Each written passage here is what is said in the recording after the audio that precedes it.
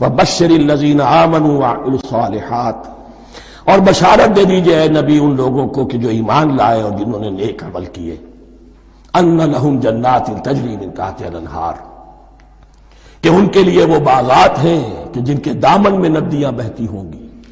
لفظی ترجمہ ہوگا جن کے نیچے ندیاں بہتی ہوں گی۔ مراد اس سے کیا ہے؟ عام فطری باغ وہ ہوتے تھے کہ جس میں ذرا اونچائی پر جو ہے درخت لگے ہوئے ہیں اور دامن میں ندی بہ رہی ہے، تو اس سے خود بخود جو ہے وہ اریگیشن، نیچرل اریگیشن ہو رہی ہے، درختوں کے جڑوں تک پانی پہنچ رہا ہے۔ بہرحال ترجمہ آپ لفظی کریں، ان کے نیچے ندیاں بہتی ہوں گی یا یہ کہ جن کے دامن میں ندیاں بہتی ہوں گی۔ کلما رزقوا منها من ثمرۃ رزقا، جب بھی کبھی انہیں دیا جائے گا کوئی پھل رزق کے طور پر کھانے کے لیے جنت میں، قالوا هذا الذي رزقنا من قبل، وہ کہیں گے یہ تو وہی شے ہے جو ہمیں پہلے بھی ملتی تھی۔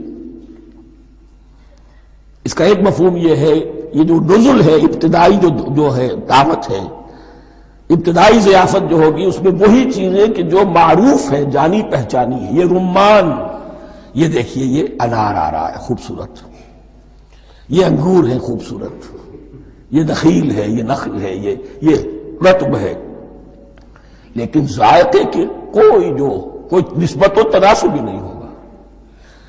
وہ کہیں گے یہ وہی شے ہے جو ہمیں پہلے ملتی تھی، وَأُتُوا بِهِ مُتَشَابِهًا، مشابہ تو ہوگی وہ، لیکن ان کے ذائقے میں زمین و آسمان کا فرق ہوگا۔ اور ایک یہ بھی مفہوم لیا گیا کہ آخرت میں جنت میں بھی وہی میوے ملتے رہیں گے، لیکن ان کا ذائقہ بدلتا رہے گا۔ شکل وہ ہوگی لیکن ذائقہ وہ نہیں رہے گا کہ جس سے انسان کی پھر طبیعت بھر جاتی ہے ایک ہی شے کو کھاتے ہوئے۔ وَلَهُمْ فِيهَا أَزْوَاجٌ مُطَهَّرَةٌ، اور ان کے لیے ہوں گے اس میں بہت ہی پاک باز، نہایت پاک کی ہوئی بیویاں ہوں گی۔ أَزْوَاجٌ مُطَهَّرَةٌ وَهُمْ فِيهَا خَالِدُونَ، اور اس میں رہیں گے ہمیشہ ہمیشہ۔